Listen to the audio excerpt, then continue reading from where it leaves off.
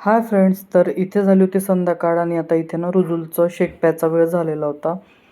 त्याच्यामुळे मी इथे शेकची तयारी करत होती. तर इकडे किचनमध्ये आली आणि इथे ना रुजुल माझा जो ट्रायपॉड आहे त्याला पूर्ण हलवत होता, म्हणून मी त्याला ओरडत होती. कारण याच्या आधी ना त्या दिवशी पण याने ते पाडलं तर त्याचं ते जे असतं हँडल ते तुटलेलं आहे. त्याच्यामुळे त्याला म्हणत होते मी. आणि इथे आता मी त्याच्यासाठी शेक बनवायला घेत होते, तर तो माझ्या मागे-मागे चक्कर मारत होता, बघू शकता. आणि संध्याकाळची त्याची शेकची घाई, त्याच्यासोबत स्वयंपाकाची घाई, कारण हा दिवसभर झोपत नाही, तर मग संध्याकाळचं याला लवकर सगळं लागते. त्याच्यामुळे 7-7:30 पर्यंत त्याचं सगळं करून याला रेडी ठेवावं लागते, कारण तो कधीही झोपू शकते. तर बघू शकता इकडे मी शेक बनवून घेऊन आली आणि तो इथे मस्ती करत होता.